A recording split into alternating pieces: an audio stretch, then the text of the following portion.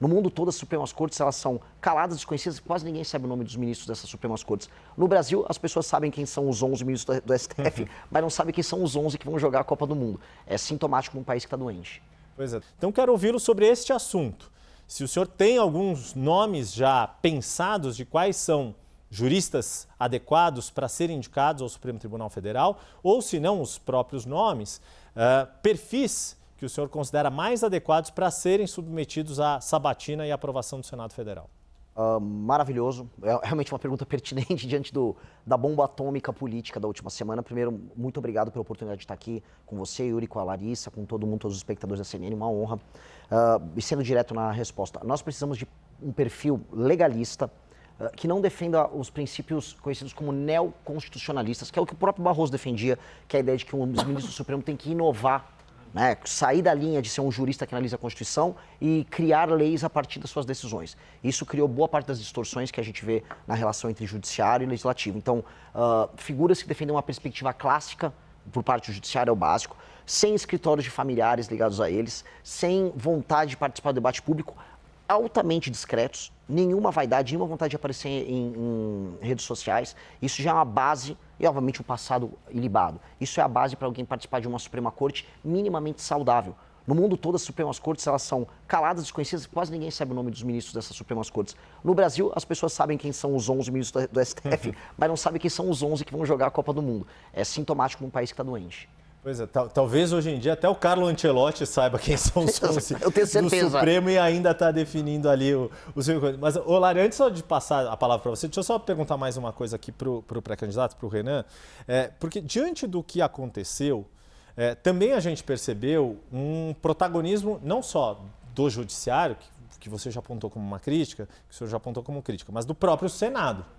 E aí, qual é, na sua avaliação, o cenário que o próximo presidente, seja ele quem for, vai encontrar na hora de fazer as indicações? Porque além desta vaga, há a previsão de pelo menos outras 3 de ministros que vão atingir a idade de aposentadoria. Luiz Fux, Carmen Lúcia e Gilmar Mendes.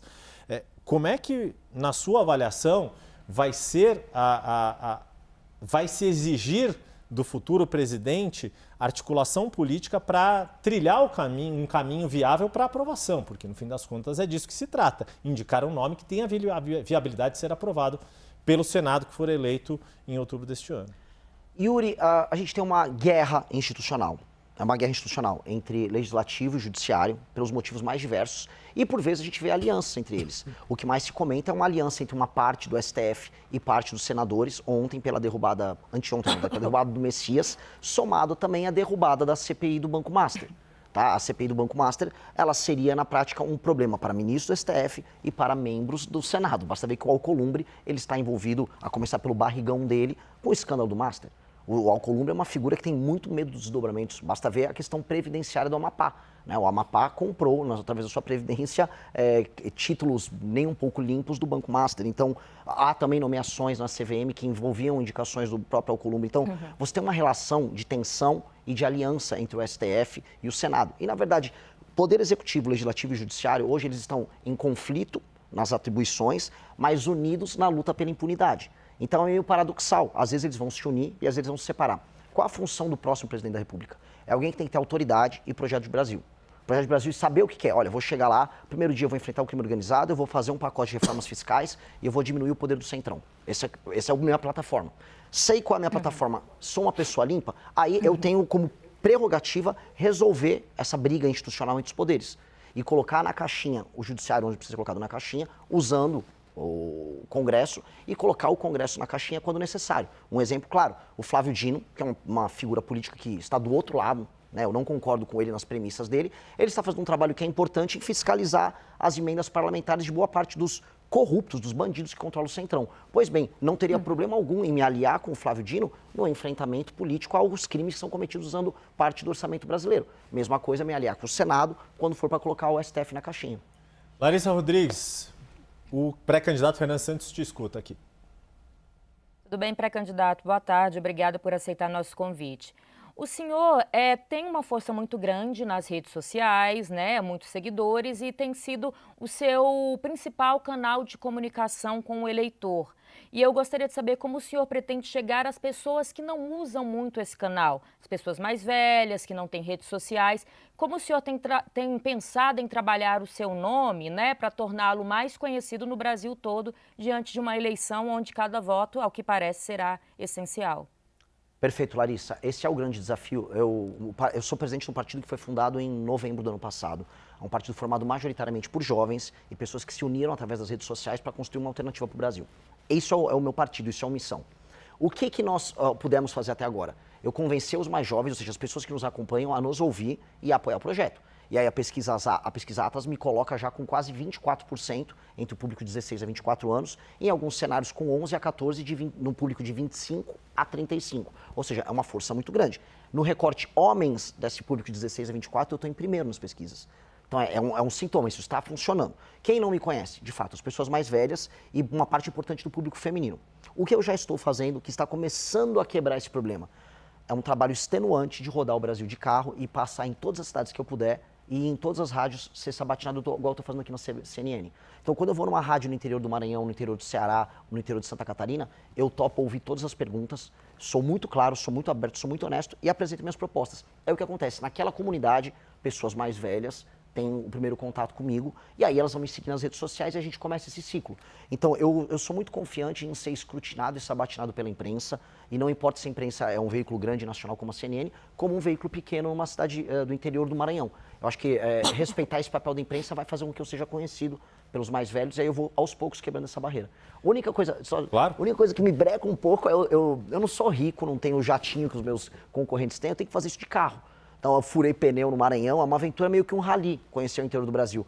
E aí eu não tenho a mesma velocidade, eu poderia estar alcançando isso se eu tivesse dinheiro há 1, 2 meses atrás, os números que eu bati na Atlas, né? Não sei se o senhor já fez essa contabilidade. Quantos estados já deu para visitar por essa logística? Uns 8, 9. Mas quando eu visito, visitar, por exemplo, Santa Catarina, o Flávio Bolsonaro vai visitar só Florianópolis.